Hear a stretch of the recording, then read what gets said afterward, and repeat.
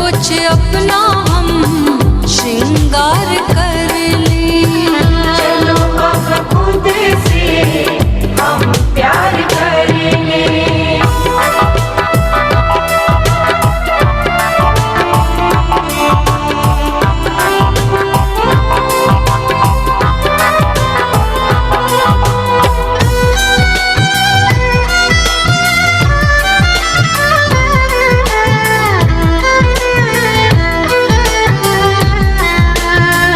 अंधेरा बहुत है माना ये हमने,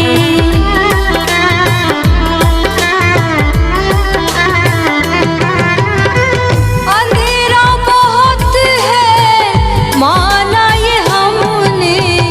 अपनी क्षमा जला, अपनी क्षमा जला उजियार कर ले।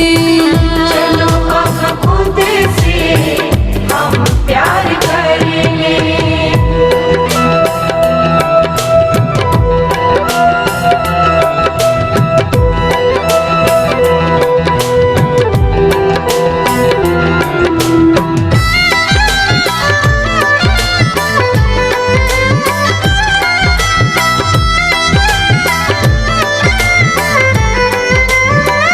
अब तो लाखों पुकारेंगे अनल हक,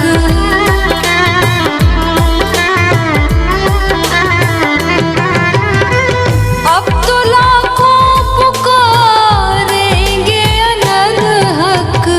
चलो ऐसी फिजा, चलो ऐसी फिजा तैयार कर ले।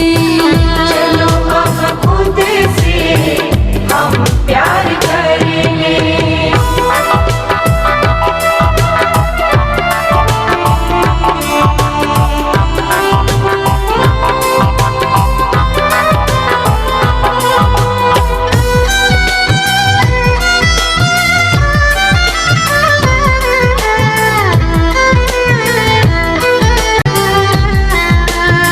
आशिकी की नहीं मंजिल है कोई,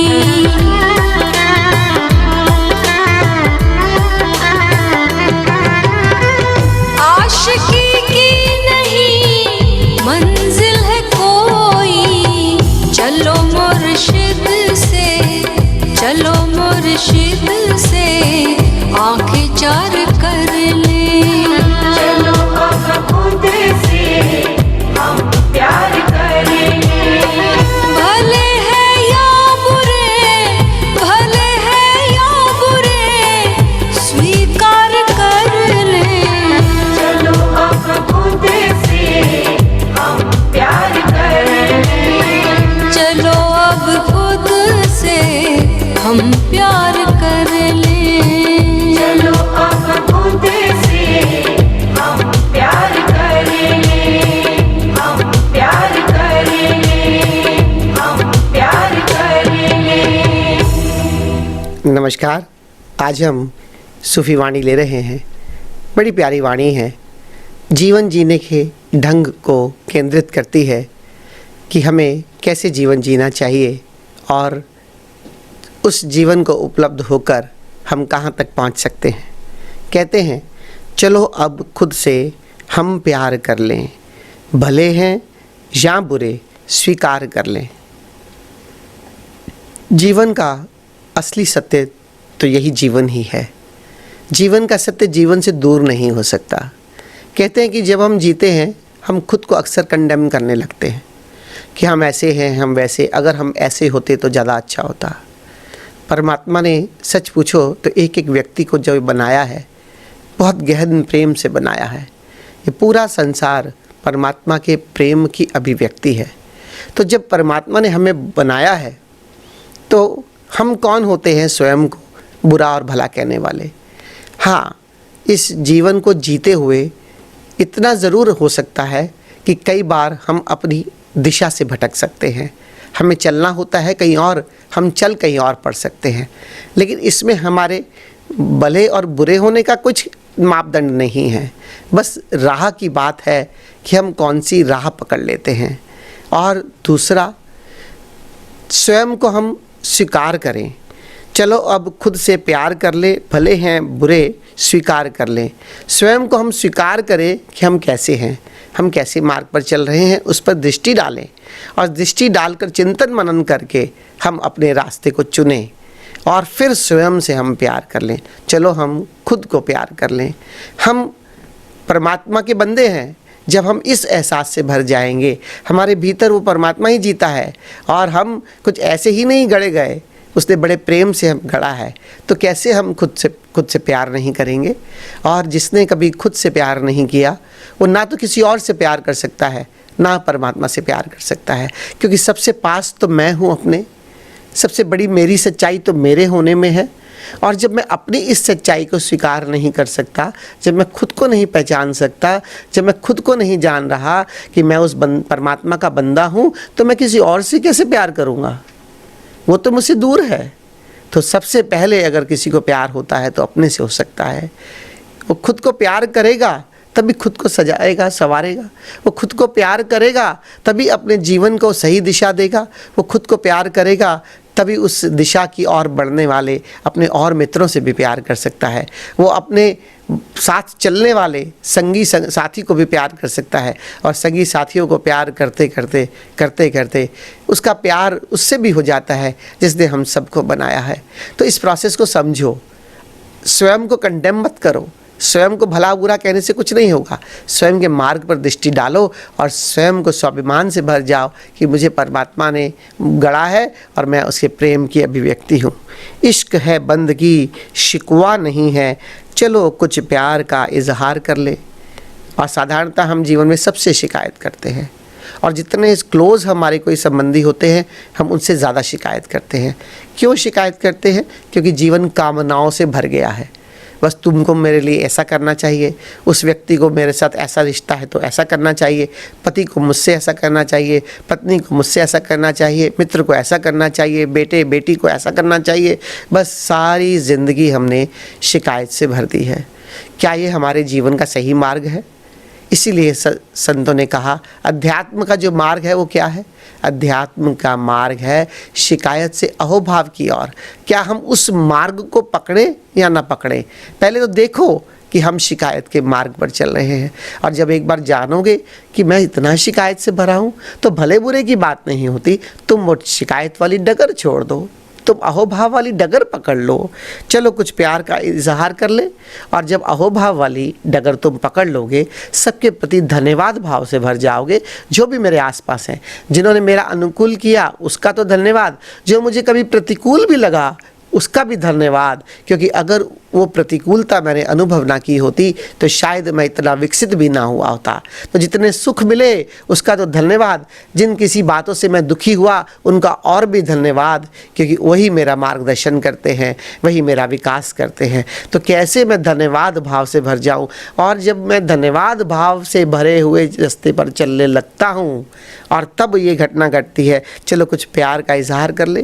तो जब धन्यवाद भाव से भर जाता हूँ, फिर मेरे साथ जितने भी लोग चलते हैं मैं उनके साथ प्रेम का इजहार करने लगता हूँ, क्योंकि उन सब का साथ होना ही मुझे ऐसा लगता है मेरे लिए बहुत शुभ है कि उनके कारण मेरी यात्रा हो रही है। अनुकूलता और प्रतिकूलता की बात नहीं, उन सब के कारण ही मैं विकसित हो रहा हूँ। तो फिर मैं अपने प्यार का इजहार उनसे करने लगता हूँ, क्योंकि मेरे भीतर स्वतः ही उनके लिए प्रेम फूटने लगता है कि देखो, ऐसा लगता है कभी कभी ये सब लोगों को संसार ने सिर्फ मेरे लिए ही बनाया है। ये जितने लोग आसपास मेरे हैं, ये मेरे को दुख देते हैं या उनसे मुझे सुख मिलता है, ये सब मन के तल की बात है, लेकिन इनका होना सिर्फ और सिर्फ मेरे लिए है। हे परमात्मा, तू कितना मुझे प्रेम करता है। और जब एक बार तुम उस प्रेम को महसूस करते हो, उन सब के प्रति प्रेम से भर जाते हो, उन सब के प्रति प्रेम से भरकर प्रेम का इजहार करने लगते हो। हुस्न के कदरदां अब हैं बहुत से, चलो कुछ अपना हम श्रृंगार कर लें। यहाँ एक बात पक्की है, अगर मैं अपना मार्ग ठीक चुन लूँ, जीवन जीने की यात्रा कि मुझे कैसे करनी है, और उस मार्ग पर चलने का मतलब अपने को संवारना है। क्योंकि याद रखो, हम कैसे संवार सकते हैं? ये शरीर को बाहर से कितना भी पाउडर, लिपस्टिक, बिंदी लगाओ, आदमी सोचे कि मैं बाल ठीक से बनाऊँ, मैं कपड़े ठीक से पहनूँ, ये असली श्रृंगार नहीं। ये ठीक शरीर का श्रृंगार है, उसे करो, इसके विरोध में नहीं है। लेकिन असली श्रृंगार तो हमारे भीतर का है। और असली श्रृंगार क्या है? मैं और कैसे प्रेमल हो जाऊं। असली श्रृंगार क्या है? मैं कैसे शिकायत से मुक्त होकर अहोभाव की यात्रा करूं। असली श्रृंगार क्या है? मैं तथाता को उपलब्ध हो जाऊं, मैं स्वीकार भाव लाऊं, स्वयं के प्रति भी स्वीकार, मेरे आसपास जो घटनाएं घट रही हैं उनके प्रति भी स्वीकार, मेरे आसपास जो मनुष्य जीते हैं उनका भी स्वीकार, पूरी प्रकृति का स्वीकार। और जब ये तथाता घटने लगता है तो ये परम श्रृंगार है कि कैसे मैं अपना श्रृंगार करूं। और इस श्रृंगार से क्या होगा? हुस्न के कदरदां अब हैं बहुत से, चलो मैं कुछ अपना श्रृंगार कर लूं कि मुझे देखकर मेरे हुस्न के कदरा कई पैदा हो जाएंगे, मेरे हुस्न के कदरदां बहुत पैदा हो जाएंगे, कहेंगे ये व्यक्ति बहुत प्रेमल है। और कदरदां का मतलब क्या है?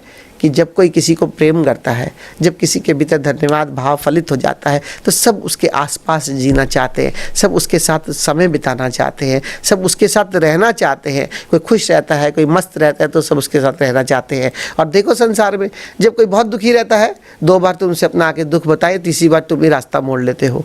दुख के पास जब कोई इंसान नहीं जाना चाहता तो क्या परमात्मा दुखी व्यक्ति के पास आएगा? दुखी व्यक्ति के पास ना तो इंसान आता है ना परमात्मा आता है। लेकिन जो श्रृंगार किया व्यक्ति है, जो भीतर प्रेम और करुणा से भरा है, जो हमेशा खुश रहता है, मस्ती में रहता है, उसके पास परमात्मा की तो क्या पूरे संसार की भी भीड़ लगने लगती है। अंधेरा है बहुत ये माना हमने, अपनी शम्मा जला उजियार कर ले। माना संसार में बहुत अहंकार है, काम क्रोध लोभ मोह ईर्ष्या द्वेष खूब भरा है, लेकिन इस अंधेरे को तुम इससे परेशान मत हो, क्योंकि अंधेरे का कोई वजूद नहीं है। सच पूछो तो अंधेरा है क्या? अंधेरा तो प्रकाश का अभाव है। जहाँ प्रकाश नहीं है वहाँ अंधेरा चला आता है, लेकिन जहाँ तुमने जरा सा भी प्रकाश जलाया वहाँ ये अंधेरा पूरा भाग जाता है। ये संसार का ये जो अंधेरा है, ये अहंकार का, कामनाओं का, लोभ का, क्रोध का अंधेरा है। इसमें और कुछ मत करो, तुम अपने भीतर प्रेम की ज्योति जलाओ, तुम अपने भीतर ज्ञान की ज्योति जलाओ, तुम अपने भीतर आनंद की ज्योति जलाओ, और तुम्हारी क्षमा जलेगी तो उजियारा हो ही जाएगा। तब फिर ये अंधेरा सब मिट जाएगा और फिर उजियारा होने लगेगा। अब तो लाखों पुकारेंगे अनहलक, चलो ऐसी फिज़ा तैयार कर ले। कह रहे मंसूर नहीं, अनहलक नहीं पुकारा कि भाई खुदा हूँ, कुछ ऐसी फिज़ा तैयार करो कि अब लाखों पुकारे हैं अनहलक। क्यों? क्योंकि जब भीतर आप प्रेमल हो जाते हो तो आपको प्रेम को देखकर और लोग खिंचे आते हैं। इस प्रेम का, इस ज्योति का, इस भीतर जो श्रृंगार का कारण क्या है, और वो कारण पाते हैं ये व्यक्ति बहुत प्यारा, बहुत साधना में लीन है। ऐसा क्या हुआ जो ये व्यक्ति इतना प्यारा है? ऐसा क्या हुआ कि हम इसकी ओर खिंचे चले आते हैं? और जब तुम पर लोग प्रभावित होते हैं तो उसी राह में चलते हैं। ओशो से एक महिला ने आकर कहा कि मेरे घर वाले मुझे आपके पास आने नहीं देते, मैं क्या करूं? ओशो ने क्या उत्तर दिया जानते हो? ओशो ने कहा तुम इतनी प्रेमल, इतनी शांत, इतनी आनंदित हो जाओ कि तुम्हें तुम्हारे घर वाले रोके ना, बल्कि पता भी पूछने लगे कि तुम कहाँ जाती हो। जहाँ से इतना प्रेम, जहाँ इतना आनंद, जहाँ इतनी मस्ती सब मिल रही है, और वो मेरे पास आने के लिए मजबूर हो जाए। आशिकी की नहीं मंजिल है कोई, चलो मुर्शिद से आंखें चार कर ले। परमात्मा का प्रेम है, ये आशिकी है, इसकी कोई मंजिल नहीं, लेकिन ये मार्ग है। जैसे मैंने कहा शुरू में, अपना मार्ग निश्चित करो, अपनी दिशा निश्चित करो। तो ये परमात्मा से प्रेम की एक दिशा है, यहाँ मंजिल कोई नहीं, क्योंकि चलने का ही मज़ा है, मंजिल की कौन परवाह करता है। और सच पूछो तो मंजिल है भी कहाँ? परमात्मा इतना अनंत है, उसकी मंजिल हो भी कैसे सकती है? जितना जितना उसमें डूबते जाओ और गहरा होता चला जाता है, जितना उसे पाते जाओ उसका और विस्तार नज़र आने लगता है। सिर्फ दिशा है, बस अपनी दिशा ठीक कर लो। चलो मुर्शिद से आंखें चार कर ले, किसी कामिल मुर्शिद के चरणों में, उसके सानिध्य में बैठे, परमात्मा का मार्ग सीखे, उस दिशा को सीखे, वहाँ पर चलना सीखे, और चलते चलते साधना करते करते, ध्यान सुमिरन में डूबते डूबते, उस परमात्मा के आयाम को जानते हुए, उससे तादात्म्य जोड़ते, स्वयं की आत्मा में स्थिर होते हुए, आत्मज्ञान से इतना हम आत्मस्मरण से भरकर, उस प्रभु स्मरण से भरकर अपने जीवन को धन्य कर लें। बस ऐसी वो मधुशाला है। और अगर आप भी अनुभव करना चाहते हैं तो एक प्रयोग करके देखो, खाली और कुछ नहीं। कोई ऐसा नहीं कि बांध लेना है किसी को, कोई किसी को नहीं बांधता, और सच्चा सद्गुरु तो वैसे ही नहीं बांधता, कहता मुक्त रहो। लेकिन हाँ, कुछ दिशा सीखो जिससे कि हम भी उस पर चलकर हम भी अपने जीवन जीने के तरीके को रूपांतरित कर सके, विकसित हो सके, सुख शांति और आनंद की वर्षा में भीग सकें। मेरे देखे, यही इसका भाव है। धन्यवाद।